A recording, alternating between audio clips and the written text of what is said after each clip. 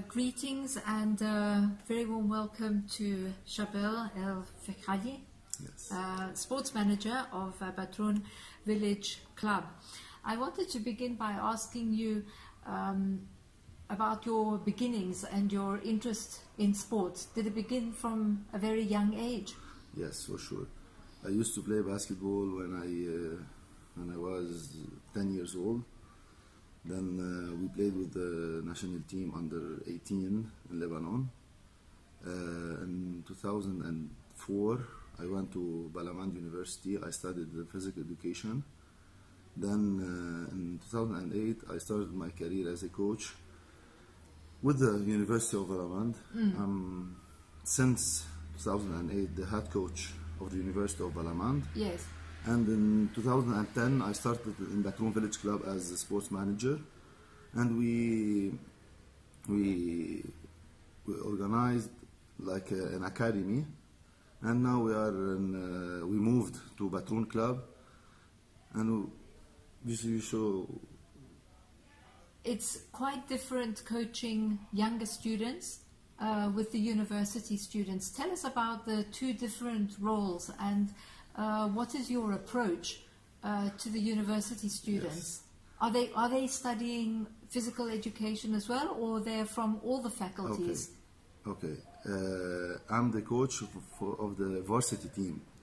I have a physical education student, I have engineering student, I have business students. Most of them are engineering, by the way. They all, yes. Honestly, my experience is with this kind of people from 18 to 24, 25 years old. In the academy, in my academy, yes, I have a lot of kids, and but I prefer to bring coaches because honestly, I don't have that experience with the kids. That's why I'm coaching now the under 18 and under 16. Right. In the academy. When you say kids, how early do they begin? 4 years old. From 4? Yes. So height is really not an issue. What do you think is the most important part of starting children with their training? In basketball, there is many levels. In that kind of level, the main target is to make the kids love the game. That's why we use the games to have fun through basketball. Yes. This is the main target. Tell us about how you go through your training. How often in the Batroun Village Club, how did you come about to start it? What made you start? Yeah, we started, as I told you, 5-6 years ago with 6 or 7 boys. And now we are around 150 person in the academy, in the different groups. As I told you, we have from 4 years old till the under 18. Right. You say persons, you're not saying boys and girls. How many girls do you have in the team, and how difficult is it, or how easy is it to get girls to join the team? Now we have around 35 girls in the different groups. For sure, especially in Lebanon, the culture of sports are not like Europe. So we are trying to put this culture in the people. What is it about the culture that's different? Why is there this reluctance to take part in sports, especially for girls and especially for basketball? Is it seen to be too much of a contact sport? No. In Lebanon, we're not that much advanced. Yes. So the parents usually prefer and they have a lot of priority for sure for the education. Yes. The second part, they like a lot of activities. In my academy, I have a 2 to 3 person like they play piano. Yes. 4 or 5 in the scout. Right. We have a lot of activities. As a coach, usually I prefer to focus on education than basketball. Yes.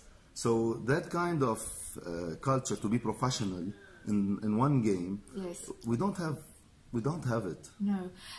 Is your focus just for children to enjoy the sport and to take their game up to the next level, or have you got in the back of your mind, I want to make them professional? And how does that change the way of your approach? Usually all the meetings with the coaches, we discuss this point. And we have two parts. We need to put this culture, the sports culture in all the people. But we have the part of being professional. Yes. So usually the older groups, like the under 18, for example, we play the final four of the Lebanese league. Yes. Usually we take it to the next level. We do like 3, 4, 5 practices per week. But the older group, they like swimming. They are in the scoot. They are. They have a lot of activities. That's why we try to make 2 practices per week, but it's hard. Do you think that that's one of the difficulties, that their loyalty is divided and that they've got too many things, and that it creates a lot of pressure on the children? Do you say loyalty? Yes. It's about priorities, I think. They don't have the priority for being a professional basketball player. Right. That's the part of the culture that I mean. That's missing. Yes. They want to do a lot of activities.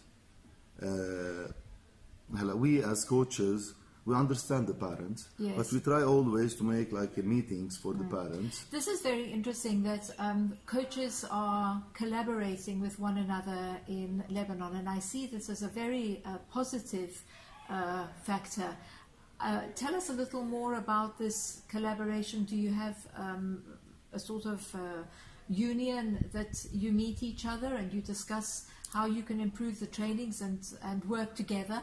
Okay, usually in Lebanon, the coaches are close to each other because during the year, during the calendar, we play a lot of or friendly games or Yes. friendly tournaments or the official tournaments.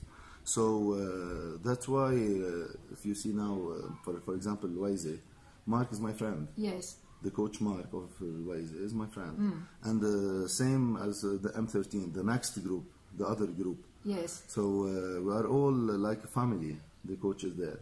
And most of them, they play together. And I have a lot of teammates, ex-teammates. Yes. They are coaching now other teams.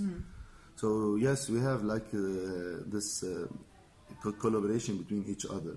Yes. And usually when we heard about any international coaching clinic, Yes. we tell each other and we travel together to attend. This is what's been wonderful to see, that there's so many children here at the Moufflons camp here in Agros, and I see that there's a genuine liking and an understanding and a collaboration. That the main thing is that we're on the basketball team. They seem very, very focused, both the coaches and the children. Tell us a little about this experience. Usually the guys that want to travel for an international camps, they have targets and they want to improve Yes. their skills, their physical ability. That's why if you see the practices, all the groups, not only Batoon, they are trying to do their best. But at the same time, there is in each group some people that are here for fun. Yes. And they try to have fun and to do basketball at the same time. Yes. This is interesting that you're saying, because basketball is really a very competitive sport, and it just requires skill, physical training, but I believe also a mental agility. you have to know where you're playing, where the other basketball player is. And I wanted to ask, how do you train your players to have these mental skills and disciplines? Yes, the mental issue is something, it's a topic. Yes. Yes, especially in basketball, because it's a game of contact and pressure Yes. and all this stuff. The mental toughness is the best part of the mentality. Yes. That we try to put in the kids or the boys. So I think all the aspect of mental training, even here in Cyprus, Coach Nemanja is trying to work on this, on Yes. discipline, on Yes. respecting the timing of the practices, giving punishment for the persons who are late. Because if one person is late, Yes, all the group. it stops the whole rest of the Yes, group from yes, continuing. yes. That's why I very much like his tag, respect all, fear none. Yes, yes. So what is your approach in Lebanon? Do you have to go with what you know is correct, or do you have to put a little water in your wine, as they say, be flexible? The main problem between me and all the coaches, because I really believe in discipline. Yes. Over everything. Yes. Because over talents. Discipline over talents. This is my quote. This is my... yes. How have you come up with that?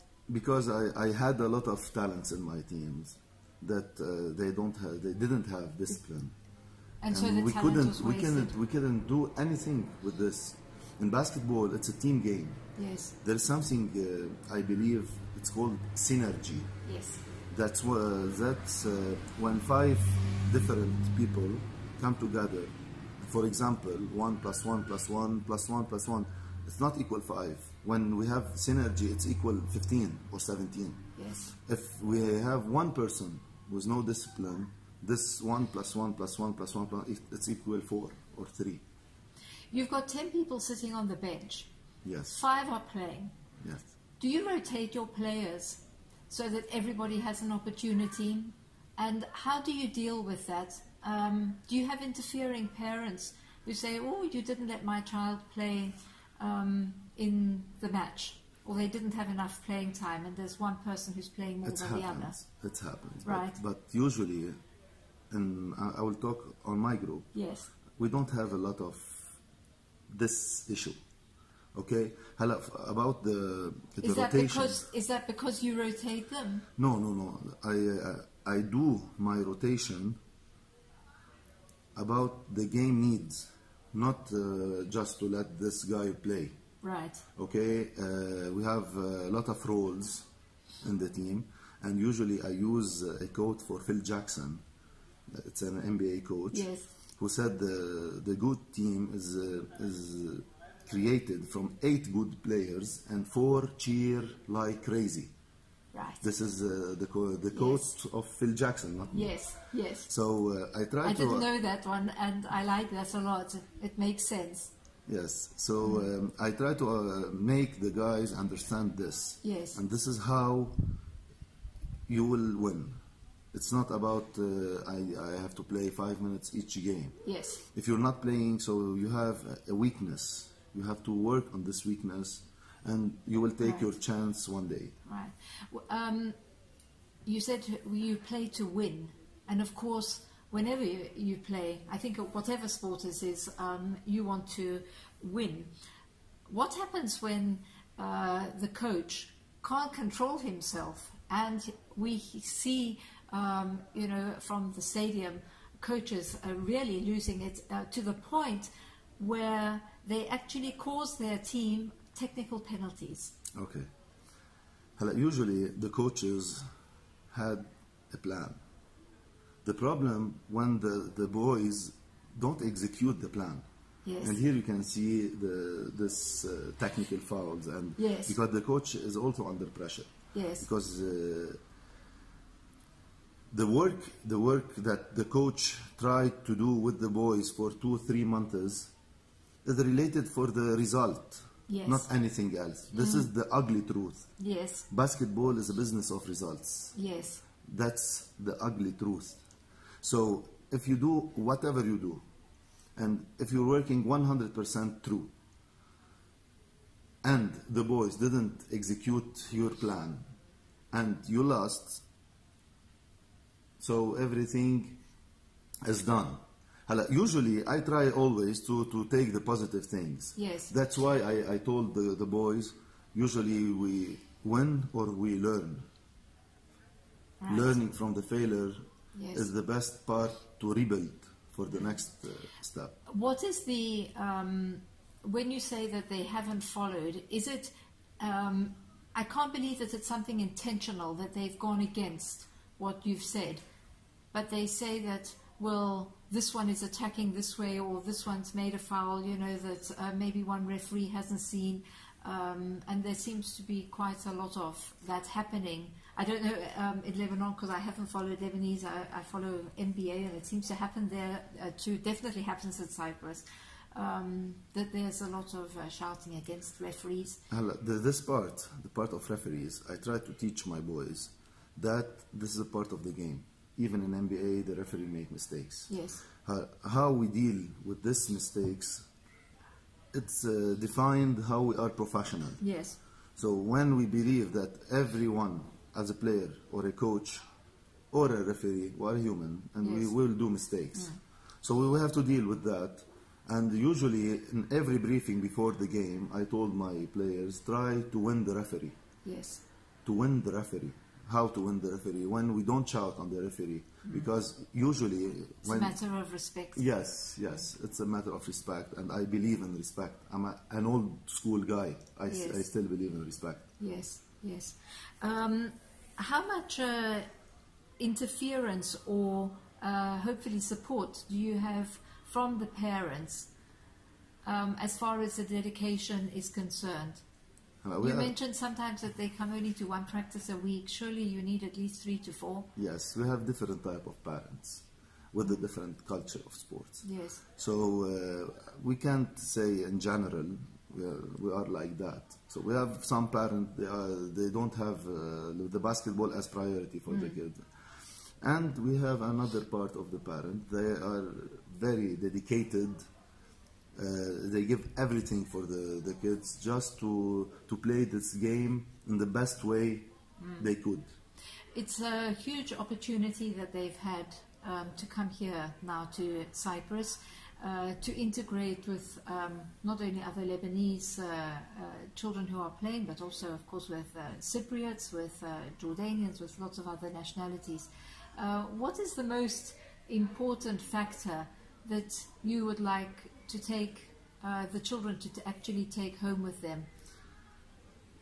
As we talked with Coach Simania, in 1 week we cannot make this huge improvement in skills. Yes. We are here just to see new things, to meet new people, to know how to deal with different mentality.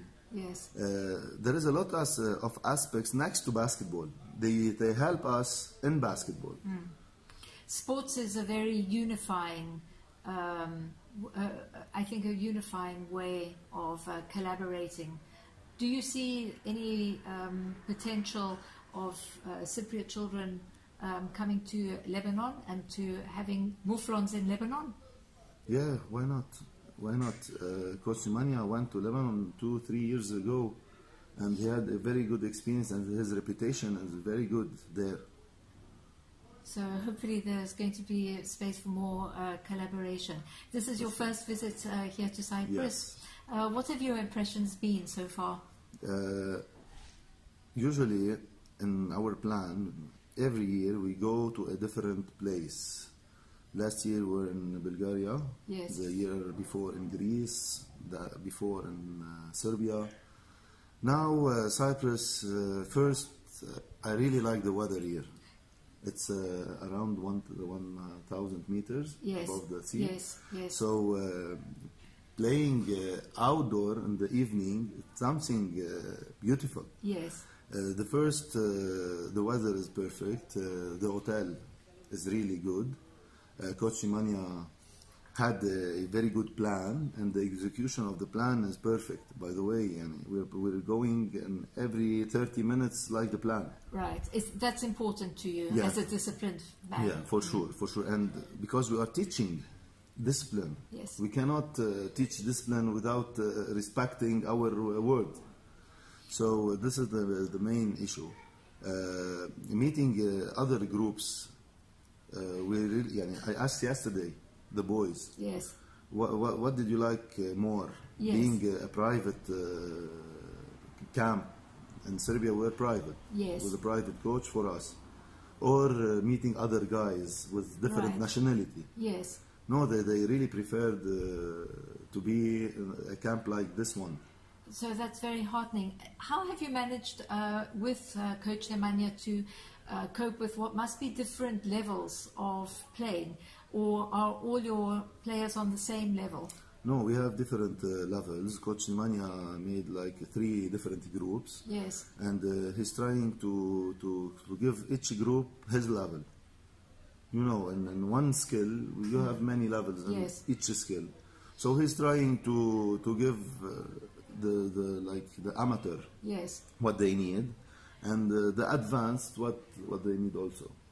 Tell us about the games that you've had. You've also had the opportunity to play 3-on-3 and for other games. Is there that competitiveness? Do you see some of your students rising to the occasion? I won it, by the way. You won? I was only seeing a little part of the game. Okay. Right. The 3-on-3, it's a game that we played it long time ago. Yes. But now it's a plan to be in the Olympics, and it is in the Olympics, I think. Yes. In Lebanon, we used to participate in this 3-on-3. We are ranked in Lebanon. Yes.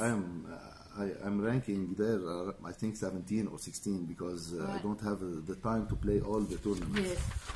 Yes. We played last night. The coach Nemanja bring 2 teams from Cyprus. They are preparing to a tournament here. Yes. So we played against each other. We had a lot of fun. They are good.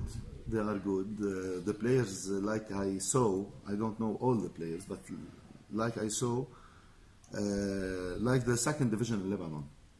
Right. They are that level. I don't know if this team will win it here, so I can see the level. Yes. Or maybe they will not win any game, so we can know the level of the Cyprus 3-on-3. It's higher than Lebanon or not.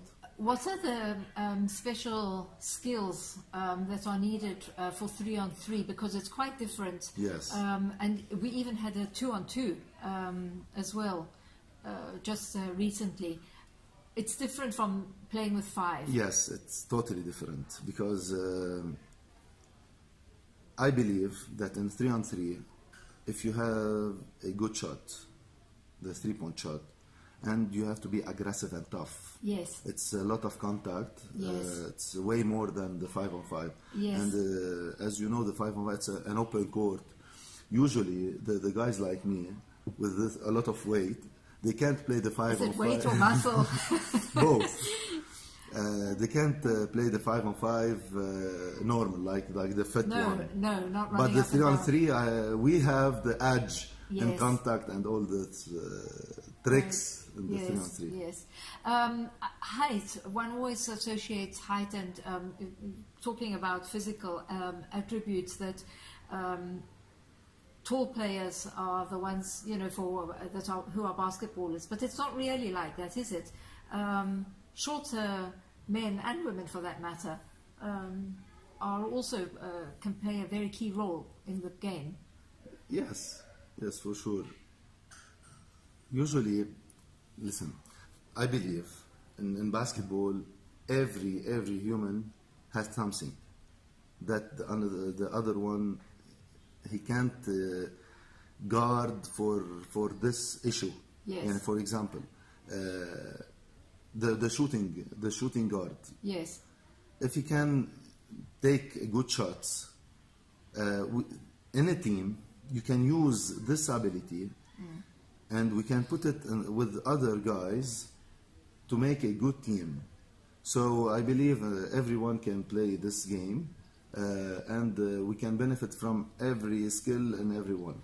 How much attention do you pay when you're doing your training into playing the game and dividing it up with technical skills that need to be worked on in each individual player? Is that possible when you're part of an ongoing league? Usually, working as an individual, as private, it's an issue for the off-season, where everyone put his vision or his plan or what the needs of his game, yes, and he work on it. So it's different on each person what the needs for to improve his game. Yes. Thank you so much for being here to talk to me about basketball and wonderful sport, and it's so wonderful to have you here in Cyprus. Thank you very much for coming. Thank you very much. Thank you.